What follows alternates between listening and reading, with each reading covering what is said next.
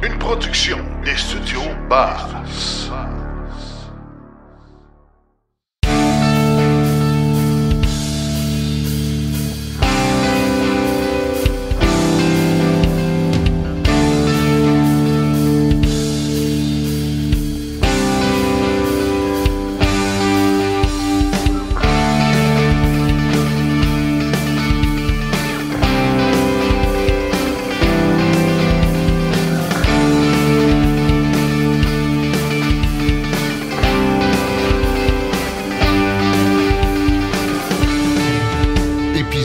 Hors série.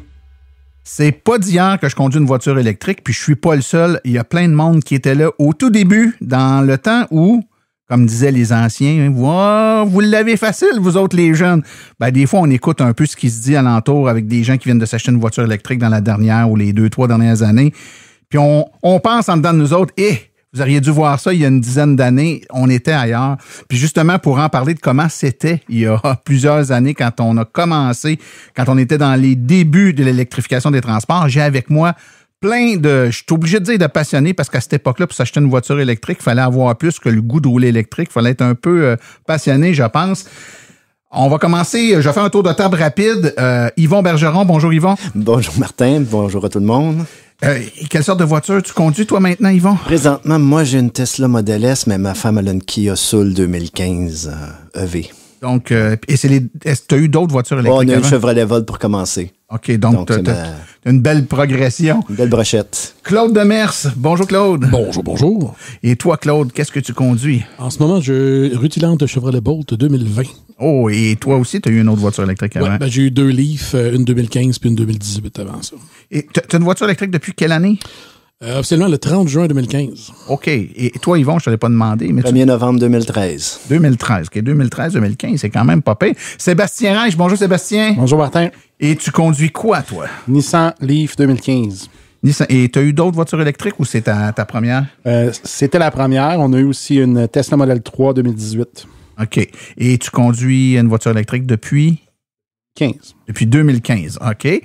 Et à distance, on a également avec nous Julie Gagnon. Bonjour Julie. Bonjour Martin. Et toi, tu conduis quelle voiture électrique et depuis quand tu conduis une voiture électrique? J'ai eu une Nissan Leaf à partir de 2015 dont je me suis débarrassée récemment en attente d'une Bolt, mais en attendant, là, j'ai une Chevrolet Volt 2017. OK, t'as une voiture, comment on dit ça? Tu sais, quand de transition, oui, c'est ça. Tu rebondis sur une Volt en attendant. Mais quand même, c'est une voiture intéressante. Un peu d'essence. Ah, oui, un peu d'essence, oui, mais ça dépend du kilométrage que Julie fait. Elle va nous compter ça tantôt. On a également Gontran Drouin. Bonjour, Gontran, comment ça va? Bonjour, mon ami. Écoute, alors, moi, j'ai une Tesla 3 2019 présentement et j'ai eu 2 autres véhicules électriques à compter de 2012. Juin 2012, j'ai été le premier à Québec. Je suis même passé à Radio-Canada. C'était une Mitsubishi IMEV, les mêmes qui ont été utilisées par Hydro-Québec pour les tests de voir si ça allait résister à l'hiver. J'en ai eu 2. J'en ai une que j'ai encore. Dans l'ère de 2014, j'en ai encore. Puis, c'est ça, je suis pas mal un des premiers dans la région ici. Taper la trail avec un petit char. C'est oui. Ça qu'on peut dire. Finalement, le dernier, mais non le moindre, David Sylvestre. Bonsoir, David, ça va bien? Bonjour, Martin. Oui, ça va bien. Merci. Et tu conduis quoi, toi, depuis combien de temps? Je conduis une Nissan Leaf depuis juillet 2014. C'est le seul véhicule électrique que j'ai possédé jusqu'à maintenant. Et tu l'as encore. Tu es un de ceux qui a gardé sa Leaf longtemps. On va pouvoir en parler aussi du passage à travers le temps de la même bagnole. Écoutez, vous avez vu, on a une belle brochette avec nous. S'il fallait qu'on additionne les années d'expérience en voiture électrique qu'il y a ici, ça serait... ça serait dangereux. On le fera pas pour préserver on sera à notre retraite. Oui, on sera à notre retraite, très décidément, c'est assez sûr. Écoutez, évidemment, vous nous avez fait le portrait de ce que vous avez ou avez eu comme voiture électrique, puis depuis quand vous l'avez, donc ça fait longtemps. On va commencer par ça fait longtemps. Quand vous avez commencé à penser à vous lancer dans la voiture électrique, peu importe la raison, il n'y avait pas beaucoup de modèles disponibles. Si on compare avec aujourd'hui, ça évidemment, avec le temps, ça l'a changé, mais à cette époque-là, il y avait plein de contraintes et de limitations qu'on n'a pas aujourd'hui. C'est de ça que j'aimerais qu'on parle. Je commencerai peut-être avec toi, David. Quand tu t'es lancé dans la Leaf, est-ce que tu avais des options? Est-ce qu'il y avait d'autres options que la Leaf ou c'est la seule voiture qui était disponible? À ce moment-là, il n'y avait pas énormément de choix sur le marché. En 2014, là, on avait les modèles qu'on a nommés un peu plus tôt, la IMIEV, comme Gontran a possédé, la Chevrolet Volt hybride rechargeable, et il y avait le Tesla avec la Model S. C'était à peu près tout, là. Et moi, j'avais besoin d'un véhicule assez spacieux. J'avais 3 enfants à ce moment-là, un 4e qui est arrivé un peu plus tard. Et la Leaf était le seul véhicule qui pouvait loger 5 personnes à un prix raisonnable. Donc, ça a été la raison de mon choix en 2014. Toi, Julie, dans ton cas, est-ce que c'est comment tu as procédé pour faire le choix de la voiture? Ça nous apparaissait à l'époque là, comme la voiture, la marque de voiture qui existait au niveau de l'électrique depuis le plus longtemps dans les véhicules abordables. Même chose que David dans un format hatchback, pas aussi petit qu'une Smart ou qu'une IMIEV, un petit peu plus gros. Donc, effectivement, il y avait pas tant de choix à l'époque. Si je peux compléter là, sur le choix dans les premiers événements d'essai de véhicules électriques que j'organisais en 2015 à Shawinigan, on avait 8 modèles à l'essai, puis c'était à peu près tout ce qui existait dans le marché à l'époque. Les 8 modèles étaient là, non la Soul, la BMW 3. Donc, dans le abordable et de ce format-là, il n'y avait pas énormément de choix. Oui, tout à fait. Yvon, moi, je me rappelle dans les tout débuts de la voiture électrique, là, il y avait une gang de passionnés qui étaient là. Gontran était là dans la gang de Québec. Toi aussi, tu étais là au tout début. Puis moi, je me souviens de toi comme étant le gars de la Volt. C'était la première voiture électrique que tu as achetée. Puis qu'est-ce qui t'a amené à choisir ce modèle-là plutôt qu'un autre? Moi, j'étais pas un fanatique de Nissan, mais je n'avais eu à peu près que des Nissan dans ma vie puis des Infiniti. Et quand j'ai eu ma dernière Infiniti, j'avais dit au vendeur 4 ans avant, j'ai dit la prochaine est électrique. Bon, toi, t'étais visionnaire parce que... En 2010, il n'y en avait pas beaucoup. Ouais, non. Mais je savais, il commençait à faire des annonces de Leaf, donc l'ours polaire qui embrassait le gars. Fait que quand 2013 est arrivé, je suis arrivé chez le concessionnaire, puis là, le concessionnaire a dit, bon, ben OK, on en fait un autre, puis etc. J'ai dit, non, j'ai dit, t'as pas compris. J'ai dit, la prochaine, c'est une électrique. Fait que dans le concessionnaire, c'était Infiniti et Nissan. Donc, on était voir sur le côté, puis le gars, il a dit, ben, pas avant un an certain. C'est vite, ça, aujourd'hui. Oui, hein? c'est vite aujourd'hui. Donc, j'ai été sur le site de rouler électrique, puis là, Bourgeois Chevrolet annonçait qu'il y avait des Volt en transit qui s'en venaient. Fait que j'ai pris le téléphone, j'ai tombé sur Hugo qui me dit, j'ai dit, t'as des Volt qui s'en viennent en transit? Il dit, non, ils viennent de débarquer un matin. Ben, il dit, c'est beau. J'ai dit, j'en achète une. Tu me la réserves. Ouais, vite comme ça. Comme ça. Fait que là, j'ai dit à ma femme, j'ai dit, on s'en va à Rawdon après-midi. Elle dit, c'est où ça? J'en ai aucune idée. On va mettre ça dans Google Maps, puis on va se rendre. Est-ce que tu avais déjà vu et ou essayé une Volt? Pas du tout? J'avais été chez le concessionnaire à Sainte-Julie un vendredi soir. Puis c'était un genou d'à peu près 20 ans qui était là, j'ai montré comment ouvrir il n'y avait aucune idée c'était quoi. Fait que je l'ai vu. C'est tout. Je me suis même pas assis dedans. Écoute, puis je vous l'ai pas dit d'entrée de jeu, mais ça fait quelques années, moi aussi, ça fait 12 ans là, que je suis en électrique, une des 50 premières Nissan Leaf livrées au Canada. Puis moi, quand je l'ai commandé, j'en avais jamais vu de ma vie en vrai. Là. Je l'ai commandé, j'ai donné un acompte sans même avoir déjà vu en vrai la voiture. Donc, à cette époque-là, on était loin là, on fait des essais routiers, il y a un événement de l'AVEC, il y a 15 modèles disponibles, on en essaie plusieurs dans notre après-midi pour se faire une idée. Là, il fallait être convaincu puis y croire, il n'y a pas d'erreur. Évidemment, on pourrait parler de ça toute la soirée, mais je veux quand même qu'on parle de la réaction des gens, parce qu'aujourd'hui, on a une voiture électrique. Bon, d'un party de famille, on a un mononcle ou un cousin qui nous donne une petite bine sur l'épaule, puis tout dépendant dans quel club il joue, il va nous dire c'est cool ou il va nous faire une blague, là, tu sais. Mais à l'époque, on était vraiment des extraterrestres. Vous avez dû avoir des réactions ou des gens qui, quand ils ont réalisé que la voiture c'est électrique, pour vrai, il n'y a pas de gaz là-dedans. C'est de ça que j'aimerais vous entendre parler. Mettons, Claude, toi, quand tu as eu ta première voiture électrique, dans ton entourage ou les gens que tu croisais, c'était quoi la réaction? Surprise, en général, parce que ils comprenaient pas qu'il y avait même pas d'essence pantoute dedans. Parce qu'ils avaient entendu parler de la vôtre, des voitures hybrides. Mais quand je disais qu'il n'y avait pas d'essence, j'utilisais l'exagération de dire non seulement il n'y a pas d'essence, il n'y a pas de pot d'échappement, il n'y a pas de transmission, pas de tank, il n'y a pas d'huile, pas de... Puis là, ils comprenaient absolument pas comment ça faisait pour rouler. Fait que c'était vraiment bizarre pour eux autres. Puis même moi, à l'époque, je connaissais pas bien ça. J'ai été initié à ça par un des amis qui s'appelle Martin. Il y a un podcast, les voitures électriques, je sais pas si vous connaissez. Donc, au début, effectivement, dans la famille, puis j'ai une famille qui aime beaucoup les voitures, les Dodge Ram, ces affaires-là. Fait que ça, encore aujourd'hui, ça fait des discussions vraiment le fun parce que sont encore dans ce courant-là. Puis moi, je m'en tiens à ma voiture électrique, puis ils me racontent combien ça leur coûte de gaz faire Toronto-Montréal, puis je comprends pas. OK, qu'est-ce que tu veux? On a chacun nos dadas. Gontran, toi aussi, t'étais dans l'un des premiers au Québec. Quand tu te promenais avec ton IMIEV dans les premières années, tu devais être un centre d'attraction. Surtout que, pour ceux qui ne le savent pas, Gontran a une business, il fait de la sonorisation, il traînait de l'équipement pour aller faire des parties dans sa IMIEV. Je me rappelle de photos que tu mettais à l'époque, c'était un peu, c'était un Tetris de stock dans l'auto. Tu devais faire jaser, c'est comme rien. Les gens devaient parler. Bon, ce qui a commencé au début, c'est quand l'électricien est venu installer la borne dans la cour. Tout de suite, il y a des gens qui passaient et qui se demandaient qu'est-ce que c'est que je mettais après la maison. Ils pensaient que c'était pas un climatiseur, non.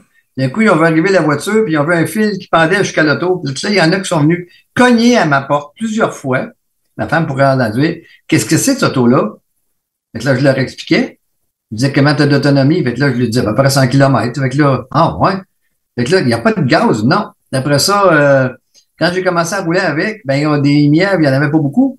Ça fait que c'était un centre d'attraction. Dans un centre d'achat, dans le terrain, dans le parking du Costco, j'en ai eu combien de discussions avec des gens? Hein? Qu'est-ce que c'est? Puis la mienne, je l'ai acheté pour une seule raison, parce qu'au début, je voulais une livre. C'est quand on a ouvert le coffre de la première livre, il y avait une espèce de grosse masse qui empêchait mes équipements de rentrer. Fait que la mienne, c'est une caverne sur roue. C'est une petite auto avec un immense pouvoir de chargement. Et je réussissais à rentrer jusqu'à 8 caisses de son là-dedans avec les subs et tout. Puis c'était pas croyable, ça rentrait, là. Puis étant donné que c'était un moteur électrique, ben, j'ai jamais manqué de force. Je montais à la côte Henri IV, chargé à l'essieu, puis je montais à 90. J'avais le pied au plancher, mettons, là. Mais quand même, les personnes comprenaient comment ça que ça décollait de même, cette petite auto-là. Ah, c'est ça, hein? La mienne, c'est pas une bombe, mais une fois qu'elle a décollé, qu'elle a fait son premier 10 pieds, là, ça décolle. C'est que, après ça, en passant, je l'ai encore, la 2014, hein. Elle est rendue à 160 000 km. Et j'ai rien eu à part l'inverteur que j'ai changé le câblage moi-même parce que Mitsubishi n'était pas capable, là. C'est tout ce que j'ai eu, là, à date. Rien. Encore les mêmes breaks dessus. On a changé des trucks, on a changé, c'est indestructible. Il y a un gars qui en a ici sa location dans un restaurant. Il dit qu'il appelle ça des Yaris électriques. C'est bien fiable. Il appelle ça des Yaris électriques. Ben, c'est tout petit, mais il veut dire, s'il avait fallu que cette auto-là, ils mettent une batterie intelligente là-dedans, j'aurais jamais acheté une Tesla. Parce qu'elle me convenait pour la grosseur, c'est juste une batterie de 16 kW, 14 utilisables, c'était pas assez. Puis les Mitsubishi, ils ont rien fait, là. Ça fait que, en tout cas, après ça, ben, là, j'ai upgradé pour la Tesla en 2019, mais c'est là, je suis tombé presque sur le dos de l'autonomie, là. Ouais, là, toi, t'as passé d'un extrême à l'autre, hein. T'es un gars d'extrême, Gontran, clairement, là. Ben là, on venait à Montréal avec le char, des fois, on n'avait même plus de chauffage parce qu'on courait les bornes jusqu'à temps que j'installe un chauffage au diesel dedans. Ça, c'était notre aventure. J'ai installé un Wabisto de camion dedans pour avoir du chauffage. J'ai une question. Je mettais 2-3 litres de fuel puis j'avais du chauffage l'hiver. Et Gontran, une mièvre, après 9 ans, il reste combien d'autonomie dans la batterie? 80. 80? OK. Ouais, c'est quand même pas 80 au lieu de 110. Ça, c'est surprenant, hein? Ouais, quand même, c'est quand même surprenant. Hey, écoutez, Gontran, tu parles de réaction dans le cours du Costco. Moi, à l'époque, il y a 12 ans, si ma conjointe était ici, elle pourrait en témoigner.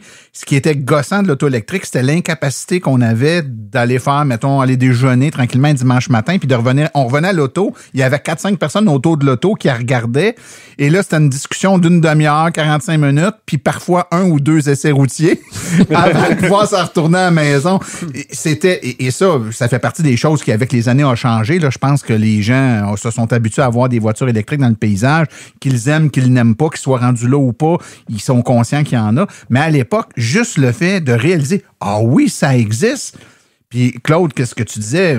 Combien de fois, moi, je l'ai entendu, je me rappelle d'un monsieur qui me disait fait que c'est hybride. Non, c'est électrique. Puis là, il faisait le tour, puis il disait il est où le trou pour la tank à gaz? Il n'y a pas de tank à gaz, c'est électrique. Ouais, mais mettons, tu vas à Québec, il faudrait que tu mettes du gaz. Non, c'est électrique. C'est juste le concept qu'il n'y ait pas du tout d'essence, on dirait que ça voulait pas entrer dans la tête de certaines personnes. Je pense que ça c'était frappant à l'époque. Certains chroniqueurs automobiles qui disaient que ça prenait 4 jours aller à Québec puis revenir. Hein? Oui. On avait la petite auto rose Barbie qu'on avait mis on avait fait un montage pour dire oui, c'est sûr qu'en auto de Barbie rose électrique pour enfants, c'est 4 jours roulés aller-retour à Québec. Une autre question qui me vient à l'esprit, moi je me rappelle très bien de mon expérience quand je l'ai commandé. Bon, il n'y en avait pas. Tu ne pouvais même pas aller chez le concessionnaire acheter l'auto. Tu devais la commander de Nissan Canada, là, la Leaf, la première année. Tu devais la commander en ligne de Nissan Canada, qui la faisait livrer chez le concessionnaire. Le concessionnaire ne savait même pas que ça s'en venait, avait même pas de contrat de vente ou de document qui tenait compte de la réalité de la voiture électrique. La subvention, moi, entre autres, là, la voiture est arrivée au mois d'octobre, mais je suis allé signer le contrat au mois de janvier parce que la subvention arrivait, puis je voulais sauver 8 000 $ sur l'auto. Là, donc, le concessionnaire l'a gardé dans son showroom, puis il a fait un spectacle avec ça pendant 3 mois.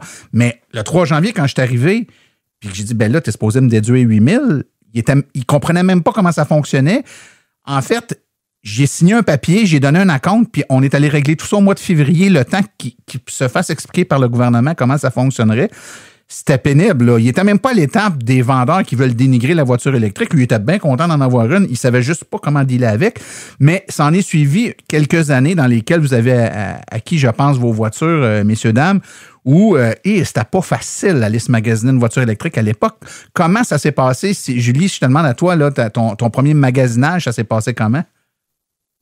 Ça s'est passé que le vendeur essayait de me vendre autre chose qu'une voiture électrique dans mon Nissan à Trois-Rivières, puis que j'ai fini par...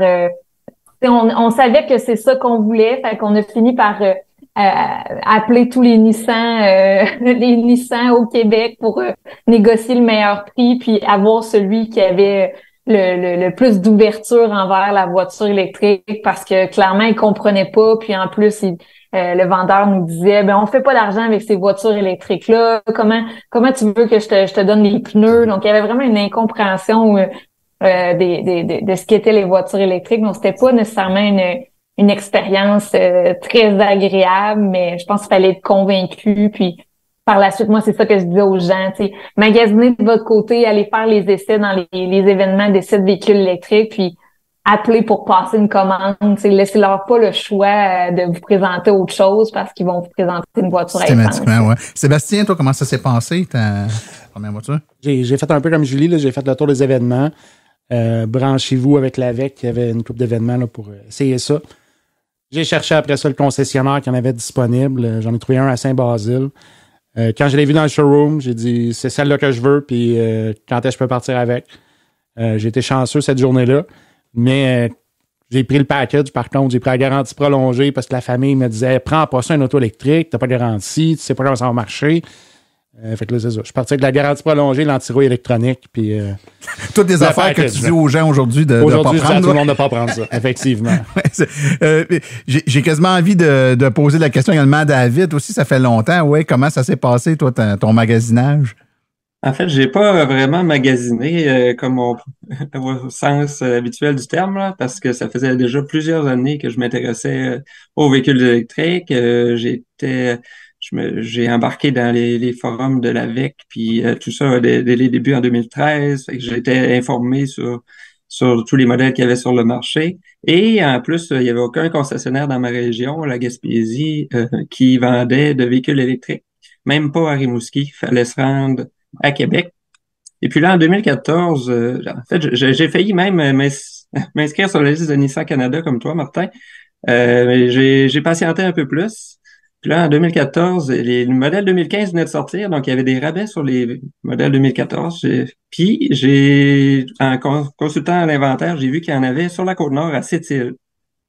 Et puis, ça a donné que ma belle-sœur se rendait à Sept-Îles quelques jours après, donc j'ai décidé de sauter sur l'occasion, embarquer avec elle pour me rendre chez le concessionnaire Nissan de Sept-Îles.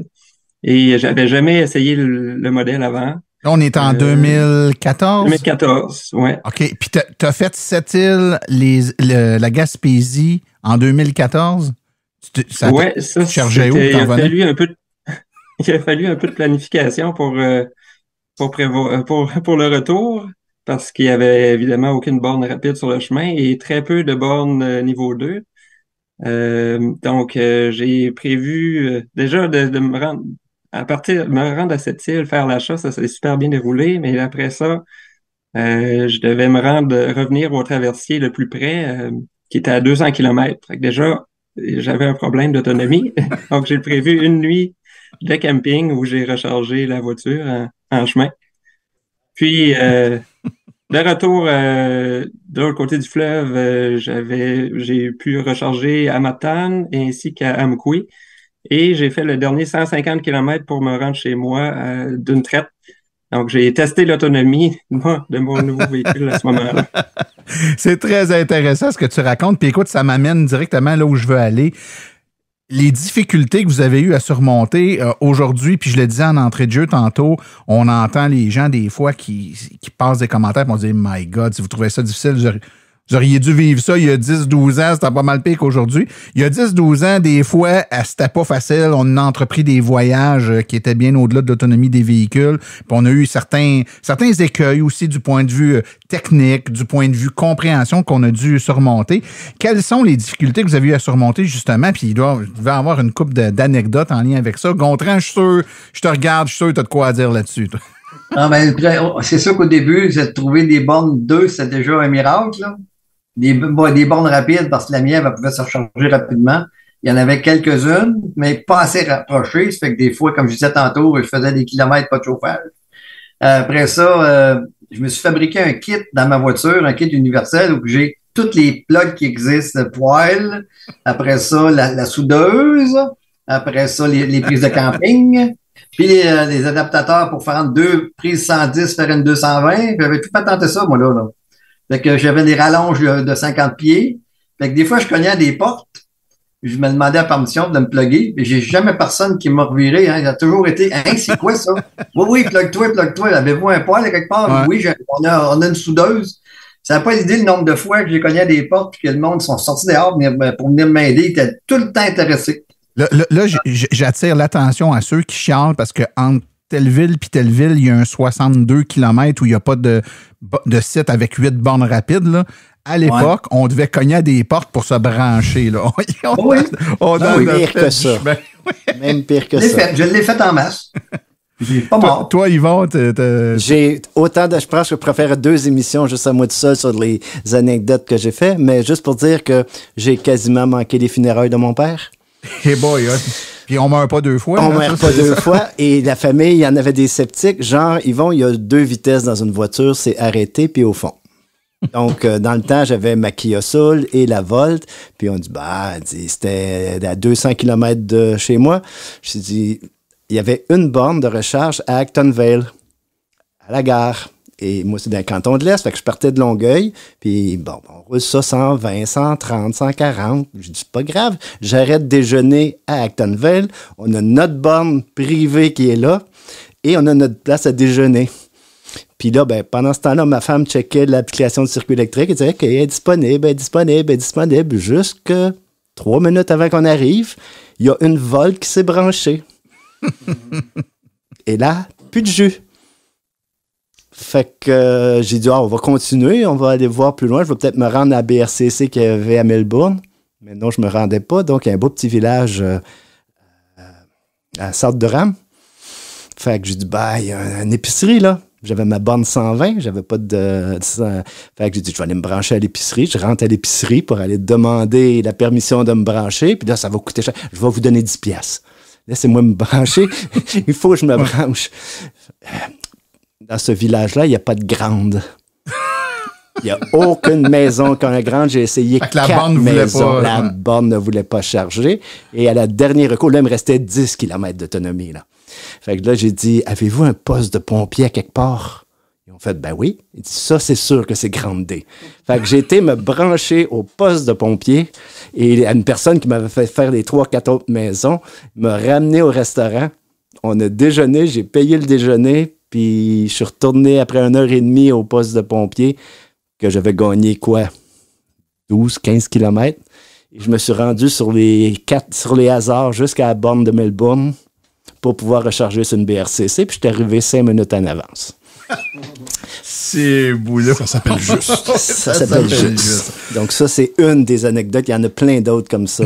Est-ce qu'il y en a d'autres qui ont des anecdotes comme ça qui leur est arrivé au début, là, ou des situations rocambolesques? Toi, Claude, je sais que tu es allé souvent aux États-Unis, toi, de ton côté.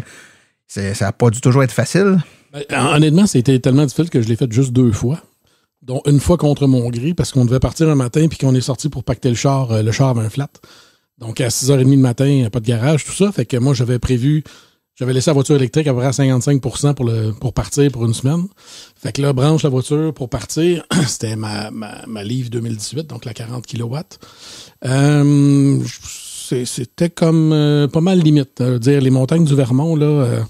Il y a une côte, je vais m'en souvenir, puis ma blonde pourrait t'en parler encore avec des frissons, là, que il restait 1 ou 2%, là, juste avant que ça change pour qu'il n'y ait plus de chiffre dessus, là. Puis là, t'as une côte, là, genre à 14% à monter, puis la borne est en haut, là. On était sûr qu'on se rendait pas, puis là, on n'avait plus de chauffage rendu là, puis c'était pas mal frisquet. Puis quand on est arrivé là, ben un peu, comme ils racontaient, ben il y avait je pense que c'était une boat qui était branchée là, qui a été branchée pendant 45 minutes. Fait que on a eu fret longtemps. Parce qu'une fois que l'autre est fini, ben là, tu te rembarques. Puis j'avais pas assez encore pour me rendre. Fait que là, je cherchais des concessionnaires Nissan à l'époque ou peu importe lesquels. Je suis les Nissan en premier parce que j'avais une Leaf. T'arrivais au concessionnaire, tu demandais, hey, ouais, c'est marqué que t'as une borne. Oh, yeah, maybe in the back. Ouais, maybe in the back. T'es pas au courant, il arrivait, la borne t'es pas branchée, t'es pas fonctionnelle, tout ça. Fait que là, avec PlugShare, c'est ça, je me suis ramassé chez un Américain qui savait qu'il y avait des Canadiens qui passaient par là. Il y avait un message en franglais qui disait qu'on pouvait se brancher là. Fait qu'on est resté, c'était niveau 2. Fait qu'on est resté 1h30 là. Fait qu'un voyage que d'habitude, en voiture normale, ça me prenait, mettons, 5 heures. Là, ça a pris 8h30. Et oui, et au tout début, dans ces années-là, faut dire qu'aujourd'hui, on se promène puis on réalise qu'il y a beaucoup plus de bornes ici qu'il y en a là-bas. Mais à l'époque, il n'y en avait pas beaucoup ici et à peu près pas du tout là-bas. Puis toi, tu parles du Vermont, qui est déjà un État pas si pire. 2018, là, c'était pas début. T'étais pas en 2010, c'était en 2018 quand même. Écoutez, ça, on parle depuis tantôt de ce qui se passait dans ce temps-là, mais évidemment, je l'ai dit tantôt, ça a évolué. Les choses changent, puis bon, le nombre de modèles a augmenté. Je parlerai pas de la disponibilité. Il y a plus de modèles. Je suis pas sûr qu'il y a vraiment toujours plus de disponibilité, mais enfin, le nombre de bornes a augmenté, l'autonomie des véhicules a augmenté. La réalité a vraiment beaucoup changé. Aujourd'hui, c'est quoi votre vision de où on est rendu là, par rapport à où c'était avant? Quel est votre feeling ou votre ressenti par rapport à comment quelqu'un qui s'achète une voiture électrique neuve aujourd'hui, l'expérience qu'il vit versus ce que vous avez vécu dans le temps, Yvon? Moi, je peux te dire, Martin, je sais pas si tu t'en rappelles, mais j'ai quasiment fait sauter les 2/3 des BRCC du Québec dans la même journée. Le 2/3, mais il n'y en avait pas beaucoup à l'époque. Il y en avait 3. Je suis parti sur un road trip en Kia Soul, prêté par Kia, parce qu'il n'y en avait aucune au Québec encore. Fait que c'était dans le mandat qu'on avait à l'AVEC d'essayer des voitures puis de faire des vidéos là-dessus. Fait qu'un soir à 7h le soir, au mois de décembre 2014, je pars pour aller à Trois-Rivières, Cap-de-Madeleine. Et j'arrive là, à vide, et la Kia avait un problème. Elle faisait sauter les bornes de AdEnergie. Par sauter, t'entends vraiment sauter. Briser, là. Briser, le board saute. Fait que après quelques heures de discussion avec le circuit électrique, on est revenu à rejoindre quelqu'un de AdEnergie qui a dit, branche-toi sur le niveau 2, puis rentre-toi à la deuxième borne qu'on a, à Masquinongé.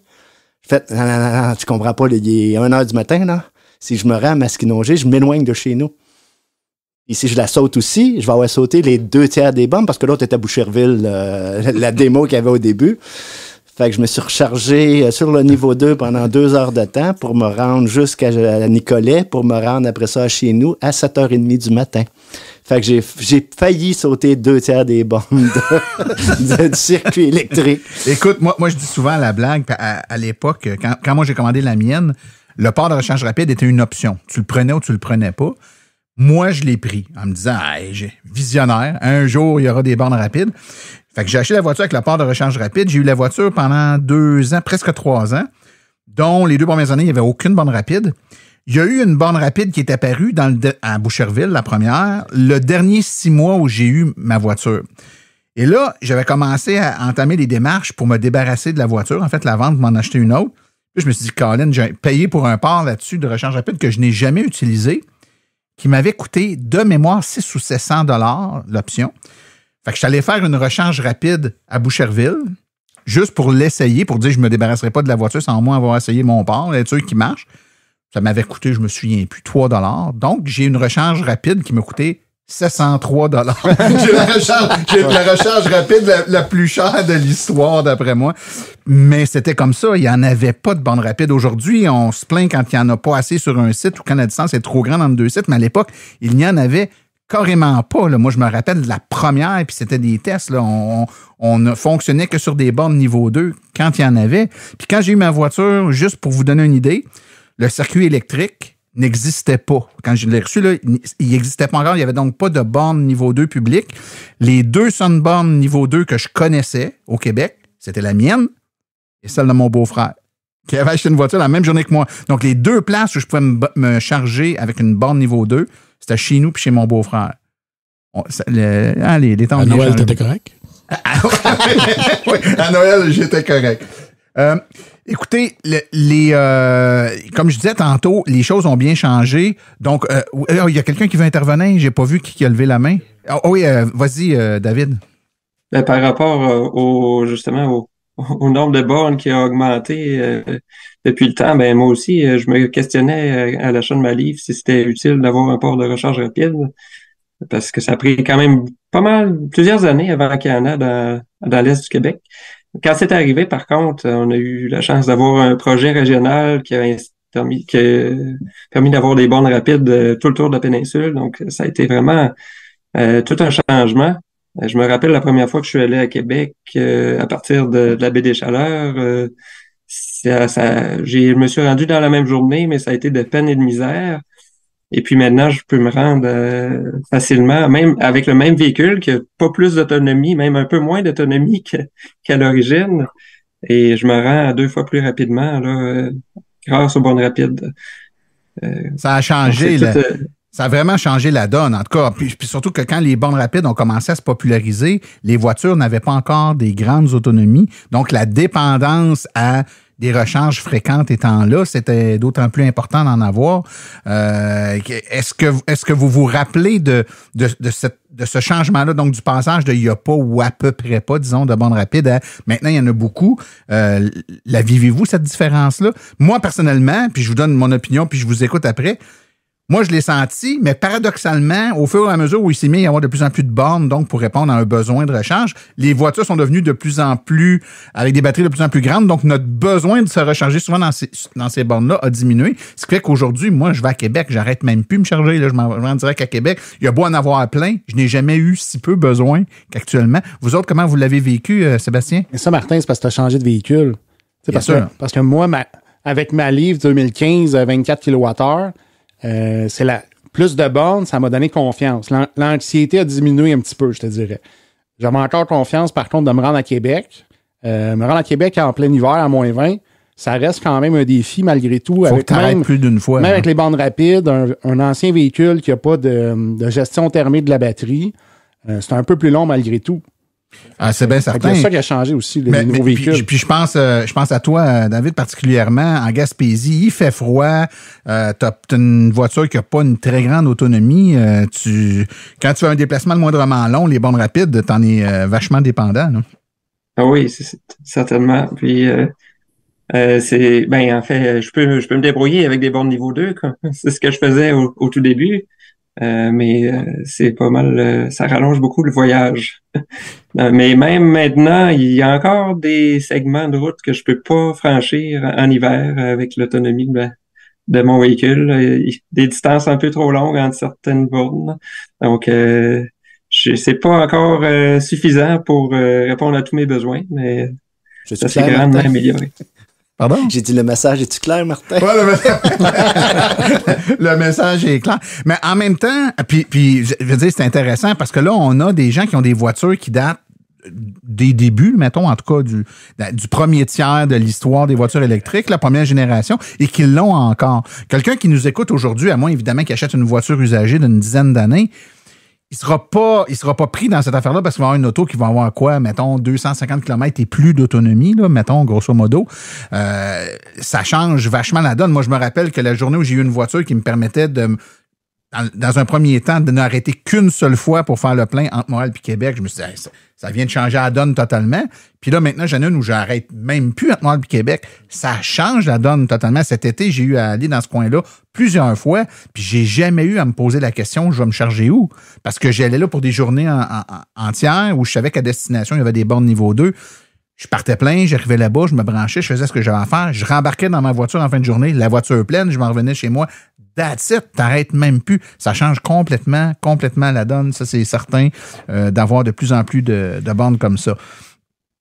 Moi, ce que j'ai envie d'entendre, Gontran, et je suis sûr que tu vas réagir à ça, ayant à peu près tout vu avec le temps que ça fait que tu as ta voiture, puis ayant passé à travers... tu sais, souvent, je me rappelle d'avoir fait une conférence avec toi, d'ailleurs, sur le sujet où on parlait de comment ça s'était au début dans un salon. Je sais pas si tu te rappelles, on avait improvisé une conférence, toi puis moi. On était des Daniel Boone, là, tu sais, je veux dire, on tapait à trail. Mais aujourd'hui, on écoute des fois des gens qui ont des voitures qui ont 400-450 km d'autonomie, qui chargent à 200 kW sur des bornes rapides, puis qui se plaignent ou qui posent toujours les mêmes Moses de questions. Comment vous réagissez à ça? Êtes-vous tanné d'entendre le monde poser encore les mêmes... Après 10 ans, là, on se tanne-tu d'entendre des nouveaux poser ou s'inquiéter pour les mêmes affaires? Oui, exactement. Moi, je suis découragé. Non, c'est pas le vrai mot. C'est que je suis perplexe d'entendre ça parce qu'ils n'ont pas vécu le début. Tu sais, la mienne, on l'a encore. Fait qu'on sait qu'il faut arrêter sans arrêt charger. Fait qu'elle, mon associé, il s'en sert sans arrêt pour travailler. Puis lui, il est très débrouillard, c'est un électricien. Mais lui, aller au chargeur, ça fait partie de la vie, là. Il va à toutes les 3 quarts d'heure, il est rendu au chargeur. Avec ma Tesla, je vais à Montréal. Excusez-moi, les gars, mais après 2 heures, il faut que j'aille aux toilettes. Ça fait qu'il faut toujours bien arrêter. À ton âge, Gontran, c'est normal. Les vieux de la vieille. T'es un vieux de la vieille, c'est normal. T'as une vessie qui est... Voilà. Fait qu'à un moment donné, il faut toujours bien s'étirer les jambes un peu. Fait que moi, j'arrête toujours. C'est comme une tradition, là. Je vais arrêter au Madrid. Je vais me prendre un café. Je prends une collation, je reviens, le char est plein. Fait que c'est pas compliqué. Mais quand j'arrive à Montréal, je me stresse pas. Je fais toutes mes commissions. Puis je suis toujours chargé presque aux essieux, moi, quand je me promène. Fait que quand tu rajoutes mes 1500 livres d'équipement dans l'auto, puis que je roule 120, excusez, là, mais l'autonomie, elle vient de débarquer, là. Ça fait que faut arrêter. Arrêtez de penser. Moi, je les regarde, ils prennent le chiffre qui est donné par la compagnie, que c'est une grosse joke, là. Ma Tesla m'a marqué 420. Quand j'ai fait 325, là, je suis bien content. Ça fait que, parce que il fait fret, il y a des côtes, on charge, on roule trop vite. On roule pas à ça. À un moment donné, il faut vivre avec la réalité, tu sais. C'est comme des chars qui font supposément 100 000 au gallon, là, qui avaient inventé, ou 50 000 au gallon, alors qu'ils en font 30, tu sais. C'est ça. Je pense que c'est toute personne qui va changer vers un nouveau mode de transport ou de vie ou quoi que ce soit. Tu sais, j'existais pas à l'époque, mais j'imagine que quand les voitures à essence ont été démocratisées, il y avait un problème de trouver des stations-service aussi. Fait que les gens qui roulaient à essence depuis 5-10 ans, ça allait, ils connaissaient les spots, mais ceux qui venaient de s'acheter une voiture, même eux, s'ils n'étaient pas familiers avec les points de ravitaillement et tout ça, je pense que c'est juste normal, peu importe le... Ceux qui étaient habitués aux chevaux, dans le fond, c'est ce que tu veux dire. Oui, c'est ça. Les chevaliers. Mais, le problème maintenant, là, c'est j'ai lu ça quelques fois, quand on parlait de la Côte-Nord tantôt, de 9h le soir jusqu'à 7h le matin, il n'y a aucune poste d'essence d'ouvert entre Bécomo et Sept-Îles ou quelque chose comme ça, c'est eux qui vont maintenant vivre les syndromes d'anxiété. Il manque d'employés, oui. Non, mais je veux dire, il y a pas assez de volume, donc il y a plus de 24 heures, il y a plus rien, parce que nous, les BRCC, on est chanceux, il n'y a pas besoin d'avoir quelqu'un, tandis qu'un poste d'essence, c'est obligatoirement, légalement, tu es obligé d'avoir un employé sur place.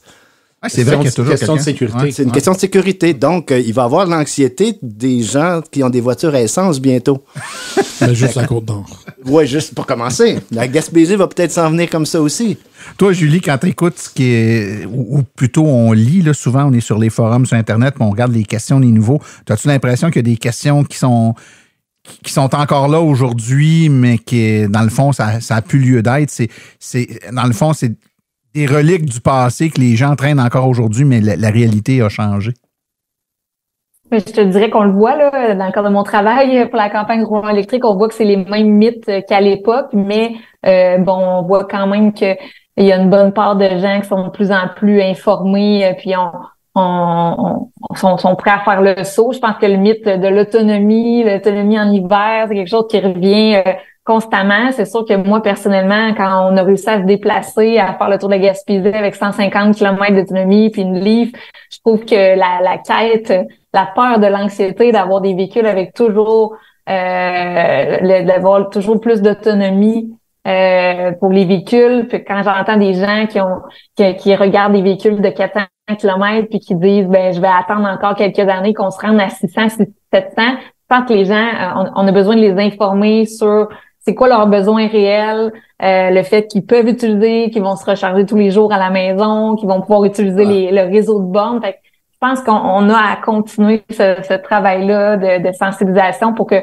ce soit pas tout le monde qui a des véhicules avec plus d'autonomie parce qu'on n'a pas tous besoin d'autant d'autonomie. Dans le temps, on avait 120 km d'autonomie. Puis là, les gens disent, mec, il y en ait 200, là, je vais peut-être y penser. Quand les véhicules de 200 sont arrivés, mais ça va être 400 km d'autonomie. Puis aujourd'hui, là, c'est, moi, je m'en vais dans le bois avec mon skidoo l'hiver. Puis je veux dire, ça me prend 1500 km d'autonomie d'été parce que l'hiver, ça va en faire juste 750. Puis je m'en vais, puis je reviens. Donc, c'est ça, Martin. Il y a encore beaucoup d'éducation à faire, je pense. Puis la quête du 1000 km ou qu'est-ce que je vais faire si je vais aller à Toronto? Dans l'esprit des gens, c'est important, mais je pense que c'est pas si important que ça. Nous, on le fait avec 100 km sur une auto. Aujourd'hui, on parle des voitures 300-400 km, 500 même. Mais je pense qu'on pourrait revenir en arrière des fois puis avoir des véhicules à 200 km, des petites coupes espace. Ça pourrait répondre à plein de besoins. T'as tout à fait raison. On a fait des épisodes là-dessus où on disait qu'il y a certains modèles de véhicules qui pourraient être offerts avec des batteries plus petites, à coût moindre. Et il y a plein de gens pour qui ça conviendrait aux besoins. Moi, je me rappelle dans une conférence, j'avais ce débat-là avec un monsieur qui, lui, dans sa tête, si t'avais pas 600-700 km, ça n'avait pas de sens.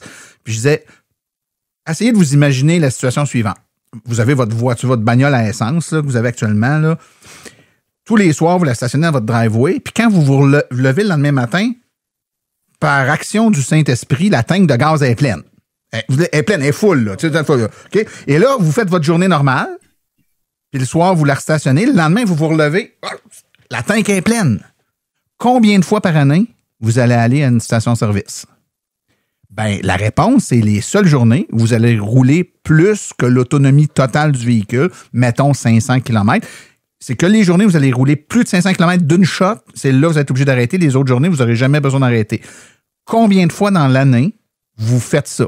Si la réponse, c'est 4 fois, 5 fois, ma question après ça, c'est pour 4 ou 5 fois où vous ne voulez pas arrêter, remplir votre véhicule, allez-vous payer pour avoir un véhicule qui va avoir 800, 900, 1000 km d'autonomie pour 4 fois? Sérieusement, comme la même question, mais les voitures électriques sont trop petites.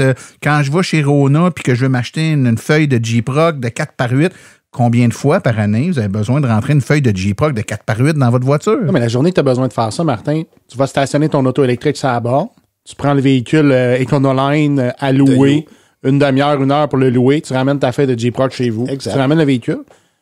Tu viens d'économiser la moitié du prix de ton véhicule. Toutes les Rona de ce monde et Renault Dépôt, on va offrir maintenant ce service-là de location. Oui.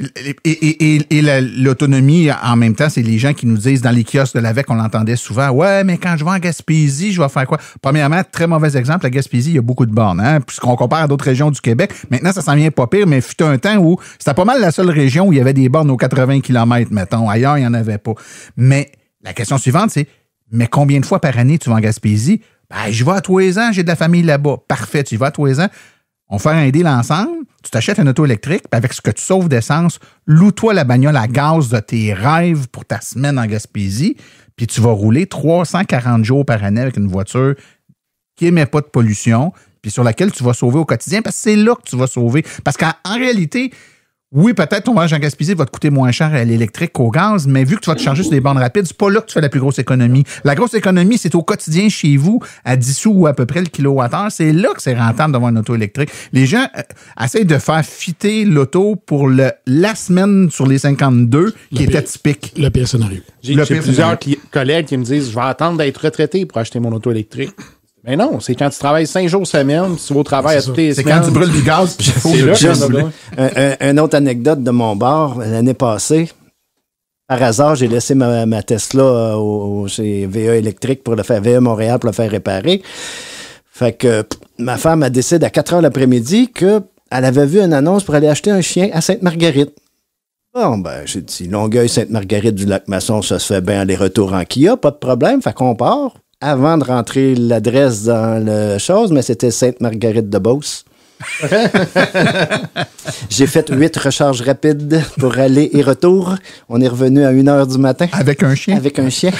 Ils disent toujours, hein, c'est le chien qui te choisit, c'est pas toi qui te choisis. Écoutez, je vous ramène sur une question que j'ai posée tantôt. Il y a plein de choses qui ont changé entre il y a, mettons, 8-10 ans, puis maintenant. Pour vous autres, qu'est-ce qui a le plus changé? C'est quoi qui a changé dans toutes ces années-là, entre à l'époque de votre première voiture puis aujourd'hui? Il y a plein de choses qui ont changé, mais principalement, c'est quoi qui a le plus changé selon vous? L'angoisse. L'angoisse, tu prends moins d'anxiolytiques, c'est ça? L'angoisse a beaucoup diminué. Je veux dire, au début, on calculait puis on avait des sueurs. Il n'y en a plus, là. Puis c'est quoi qui fait qu'il y a moins d'angoisse? Les facteurs qui réduisent l'angoisse? Premièrement, les batteries sont plus grosses et il y a beaucoup de chargeurs partout. Le circuit électrique. C'est tout. Soyons francs là, et honnêtes, le circuit électrique. Électrique. Pour ceux qui n'ont pas de Tesla, là, c'est une bénédiction.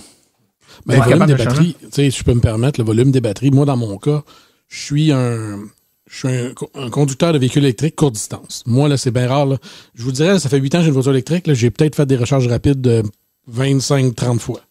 Moi, je fais beaucoup de courte distance, je fais mon 20 000 km, puis quand je fais des road trips, ben, je le fais avec le camion à essence, plus de place, plus confortable et tout ça.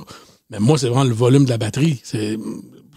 Dans une année, je vais recharger peut-être 2-3 fois, parce que là, je décide d'aller faire un tour plus loin où c'est l'hiver.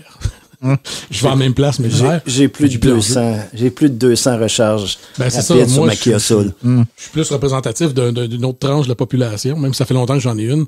Je suis pas un voyageur de distance, là, tu sais. Mais c'est ça, on a parlé du réseau de bornes, mais la disponibilité des véhicules, de plus en plus de modèles disponibles avec des plus grosses batteries. Moi, personnellement, en famille, j'étais allé jusqu'à Vancouver, j'ai fait en Tesla. Mais tu sais, c'est le réseau Tesla. Le réseau pan-canadien, il est présent, il est disponible.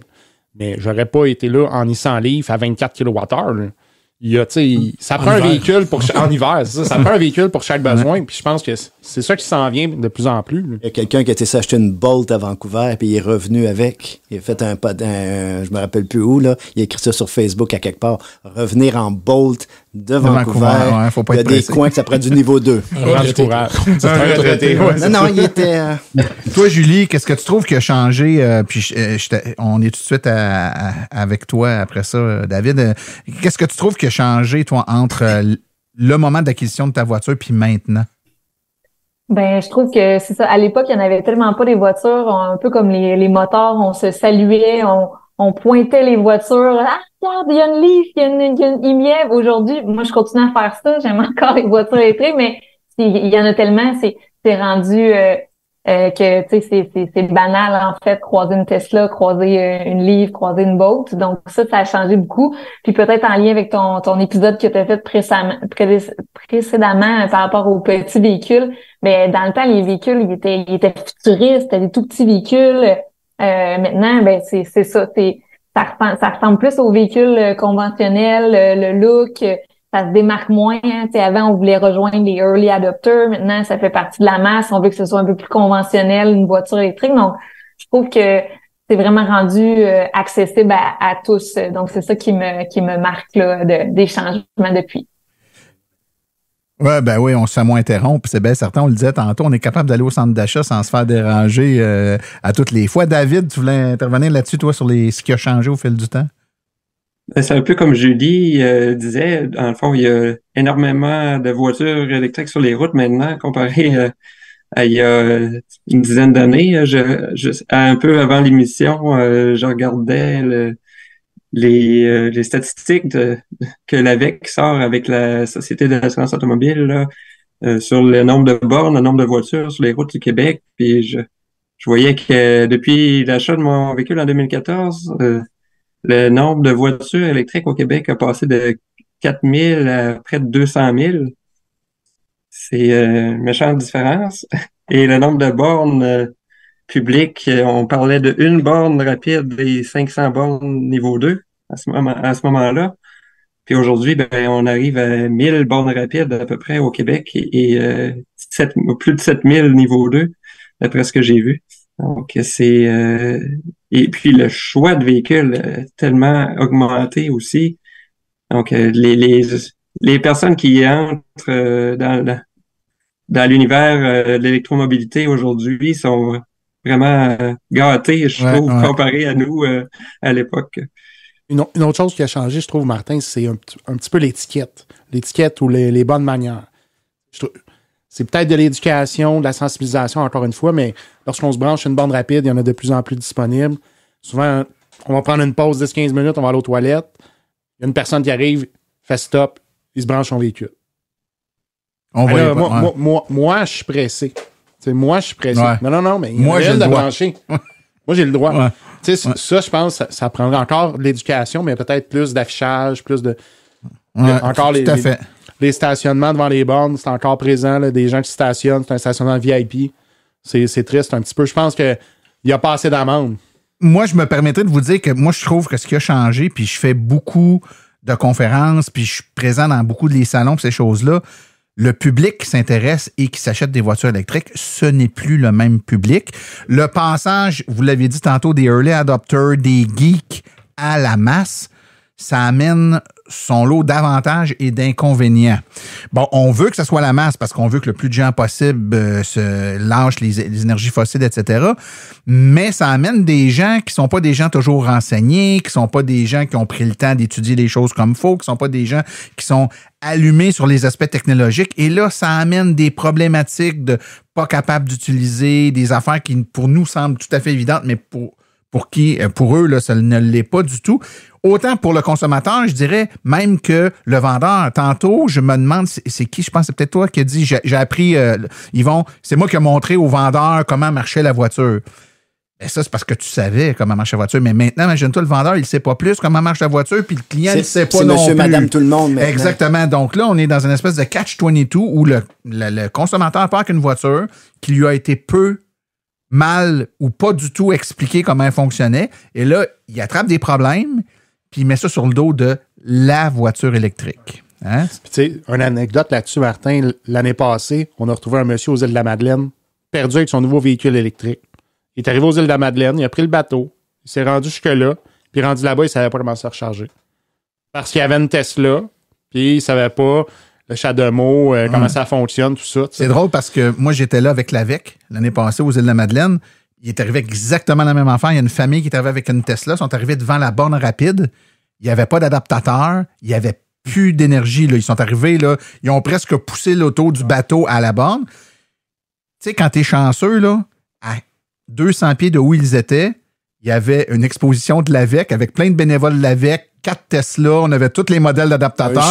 On l'a vu, le monsieur qui tournait autour de la borne, on est allé voir, il voit un problème, oui. On est débarqué là, on lui a donné des pamphlets d'informations, on l'a aidé à se charger. Lui, là, je dois avoir un ange qui me suit, là, c'est comme rien, tu sais. C'est la plus belle place, le plus beau moment pour tomber en panne aux îles de la Madeleine, dans les 10 dernières années, c'était là. L'AVEC était là, on l'a pris à charge, mais pauvre monsieur, il avait aucune idée comment ça marchait. Donc, pour terminer, j'ai une question pour vous tous.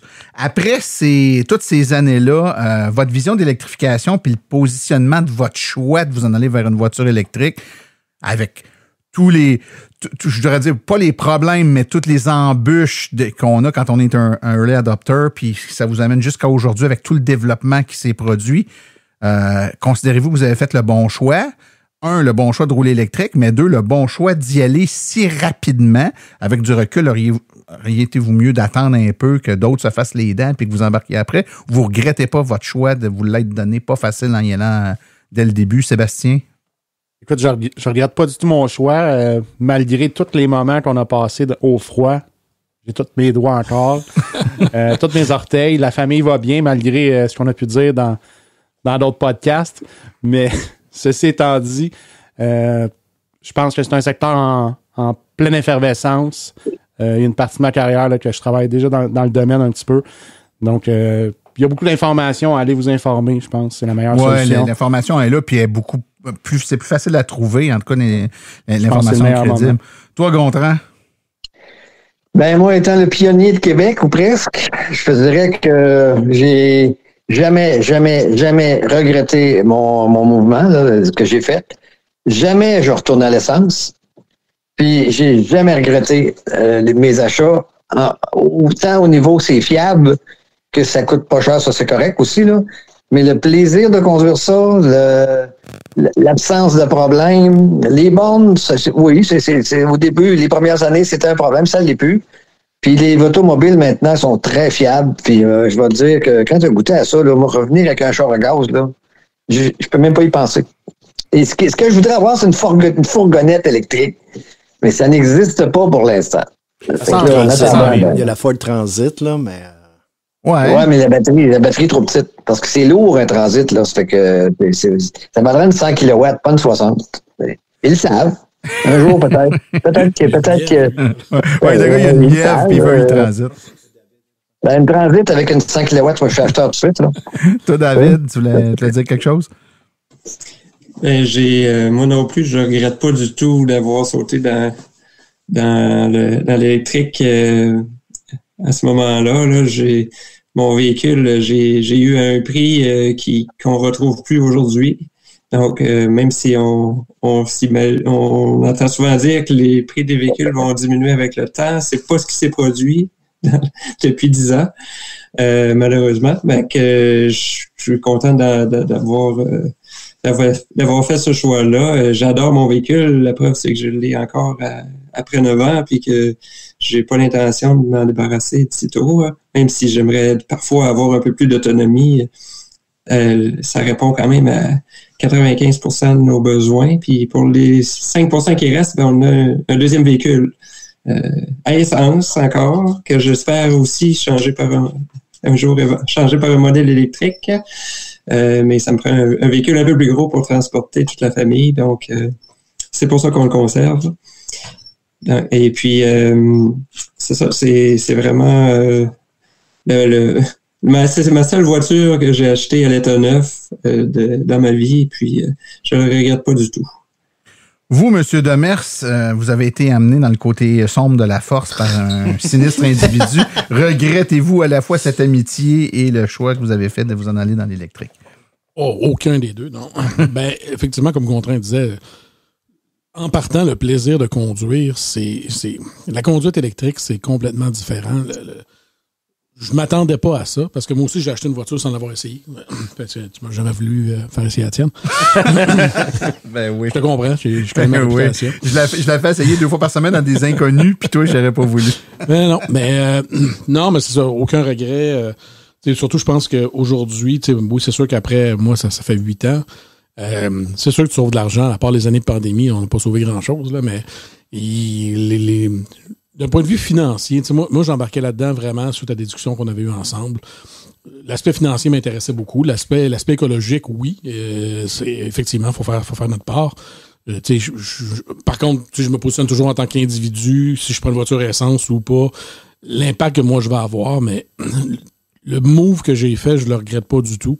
Puis aujourd'hui, avec les voitures, l'autonomie qu'ils ont, le réseau de recharge, moi je pense que facilement 75 à 80% de la population au Québec a 2 véhicules dans l'entrée, peut facilement en avoir une électrique. Je vois mal, à moins que les 2 soient représentants sur la route tout le temps, qui tirent une remorque, puis je sais pas, là, j'essaye même de me forcer à trouver 20% de monde qui pourrait pas avoir plus qu'une voiture électrique, là. Mais non, aucun regret, puis c'est sûr certain que je regarde vers la prochaine déjà. Là. Yvon? Moi non plus, je regrette absolument rien. C'est sûr que moi, ma femme, elle a embarqué aussi à 100 000 à l'heure là-dedans. Fait que 100% électrique toutes les deux dès qu'il y en avait disponible. Puis, je dois aussi avouer que j'ai tordu un peu des bras. J'avais 40 employés. Puis, ceux qui disaient, là, les autos électriques, ça coûte cher. Je dis, si t'as pas les moyens de... Je dis, si tu veux une augmentation de salaire, commence par diminuer tes coûts. Fait que j'avais 80% de mes employés qui ont acheté des véhicules électriques. Fait que ça a été très amusant aussi comme passage. C'est sûr que le bon vieux temps, c'était le bon vieux temps, là, mais non, je regrette absolument rien. Tu m'ouvres une porte, Yvon, que j'ai envie d'entrer dans cette porte-là. Il y a 10 ans, 8 ans, 12 ans, peu importe de votre cas, là, quand est-ce que vous l'avez acheté, nous autres, on était un peu fous, là. Mais nos conjointes là-dedans, comment, à l'instant zéro, la journée que vous avez fait l'acquisition du véhicule électrique, vous avez dit, comment vos conjointes ou conjoints respectifs ont réagi à cette décision-là? Gontran, toi? Moi? Ma femme, comment elle a réagi à l'auto électrique? Ben oui. Très bien, je crois. France, qu'est-ce que tu en penses? Invité spécial. On a un invité spécial. Non, mais il demandait comment tu avais réagi quand on a acheté une auto électrique. Fait qu'au début, au début, c'était toujours la question d'autonomie. Là. On n'avait pas beaucoup d'autonomie, fait que ça inquiétait un petit peu, mais on a passé à travers. Ouais, c'est ça. C'est ça. C'est ça l'autonomie. Ça, ouais, évidemment, l'autonomie, c'est vraiment... C'est ça, ce que m'a dit, il n'y a pas de chargeur au début, fait que là, on en a arraché un peu, là, mais... C'est ça, on parle de 2012, là. Tu sais, ça fait quand même longtemps, là. Bien sûr. Toi, Sébastien? La Nissan Leaf à 100 km, rendue à 15%. Avec une famille? En hiver, avec une famille, là, à 15%, là, ça disparaît. Tu sais plus combien il reste de kilomètres. Moi, ça me stressait. Ma femme aussi, beaucoup. Maintenant, ça a changé. C'est elle qui la prend 95% du temps pour aller au travail. Elle est chanceuse, elle a une borne au travail. Donc, depuis notre voyage, là, je te dirais que l'anxiété a tombé. Elle est plus confiante. Elle aime vraiment son auto, malgré le fait qu'elle m'a dit « Je veux un petit camion », puis qu'elle nous a fait acheter un camion. Tu sais, malgré tout. Là. Puis t'es encore marié avec. Je suis encore marié. Puis je m'excuse, je l'adore, je l'aime, mais des fois... Le camion important. Ou ta femme, là? La femme.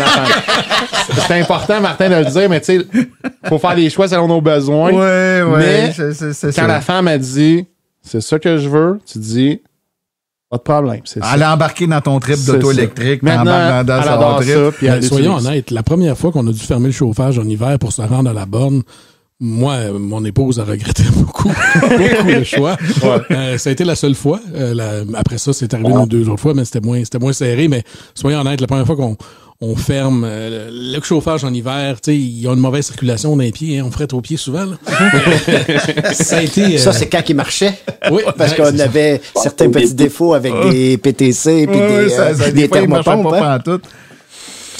David, en Gaspésie, les grands espaces, l'air froid, on s'achète un auto électrique qui a 100 quelques kilomètres d'autonomie, avec des enfants et tout le kit. Ça a bien passé au conseil de famille? Oui, mais ma conjointe, elle savait que j'ai été très intéressé par l'auto électrique depuis longtemps, donc ça l'a pas surprise. Puis elle a embarqué dans le projet. Par contre, elle a vécu plus de mauvaises expériences que moi. Elle a tombé en panne une fois, en hiver justement. manque d'autonomie, mais c'est arrivé une seule fois. Donc, elle était un peu plus cognitive que moi de ce côté-là. Moi, j'aime ça, planifier, calculer, et puis ça me dérange pas de prendre des chances un peu d'étirer mon autonomie. Mais c'est sûr que c'est pas tout le monde qui est prêt à faire ça. Mais il n'y a rien, mais c'est ça, elle est toujours enthousiaste et elle adore l'auto aussi. Bon. Et je peux pas m'empêcher de penser, Sébastien particulièrement, puis toi, David, vous avez des jeunes enfants, moi aussi j'en ai, ils sont un peu moins jeunes, là, mais quand même, pour eux, ça sera même pas un enjeu. Je veux dire, tu sais, mes garçons ne se souviennent pas qu'on ait... Dans leur tête, on a toujours eu une auto électrique, là. Tu sais, on a eu on a des autos à essence aussi, mais je veux dire, ne pas avoir d'auto électrique, ils ne se rappellent pas de ça, là. Dans leur tête, il y a toujours eu une voiture électrique. Puis dans leur tête, la voiture électrique, c'est celle qu'on prend de facto. L'autre, on apprend quand on n'a vraiment pas le choix. Pour eux autres, c'est inné, tu sais, c'est dedans, ça va être comme ça, en tout cas pour mes enfants. J'imagine pour les vôtres aussi, ça va être comme ça. Donc, le changement, la vague qu'on a partie, puis c'est un peu là-dessus je veux qu'on se laisse, qu'on conclue.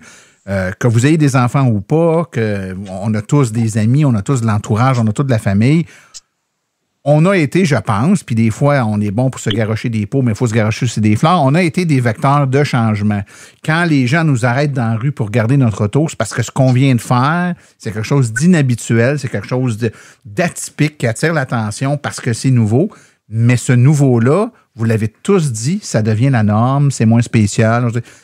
Mais c'est normal, mais ça ne l'était pas dans le temps. Ça prend un certain courage pour faire ça. Puis moi, je nous salue globalement le courage qu'on a eu de le faire à une époque où quand on le faisait, les gens nous disaient « Ah ouais, un auto électrique. » Tu sais, les gens reculent de 2 pas. T'es-tu sérieux? Alors qu'aujourd'hui, les gens, quand tu leur dis que tu as un auto électrique, où est-ce que tu l'as pris? Ça fait 2 ans que je suis sur une liste d'attente. Ouais, ça a bien changé. Hein, comme, Puis les enfants, ils adorent tellement ça, l'auto électrique. On a semé des petites graines, comme tu dis, puis je pense qu'on a créé de l'espoir. Ben, une forme d'espoir. Tu sais. C'est un peu ça. Le changement, parfois, ça prend un peu de courage, puis le courage que ça prenait il y a 10 ans, c'est pas tout à fait le même que ça prend aujourd'hui. Mais même aujourd'hui, de se dire, on fait le pas, puis c'est là-dessus que je veux laisser, puis que je veux que les auditeurs, je veux que ce qu'ils retiennent de cet entretien-là, c'est ça. S'ils n'ont pas une auto électrique aujourd'hui, ben même si c'est pas le même courage qu'il y a 10 ans, parce qu'aujourd'hui, il y a des bornes, puis les voitures ont de l'autonomie, ben, de faire le geste, de se renseigner, d'en essayer une, de voir, de constater qu'effectivement, ça convient à nos besoins, puis de faire le changement, mais c'est toutes ces petites graines-là qui font que peut-être plus tard, nos enfants, nos petits-enfants nous diront, ben, merci d'avoir été un vecteur de changement. Messieurs, dames, vous avez été super gentils de nous offrir tout ce temps-là aujourd'hui. Probablement l'un des épisodes les plus longs de Silence on roule, mais c'est l'avantage de pouvoir faire des hors-séries. On a eu plein d'anecdotes aujourd'hui. Vous avez été très généreux à la fois dans votre temps. Puis Sébastien, tu es arrivé avec plein de canettes de bière. Tu étais généreux en bière aussi. Donc, dommage pour ceux qui étaient à distance. Hein? Évidemment, Julie, Gontran, David, vous n'avez pas pu boire cette belle bière-là, mais vous avez quand même donné de votre temps. Donc, à vous tous, messieurs, dames, merci beaucoup pour votre présence à Silence on roule aujourd'hui. Merci, Martin. Merci, Martin. Merci.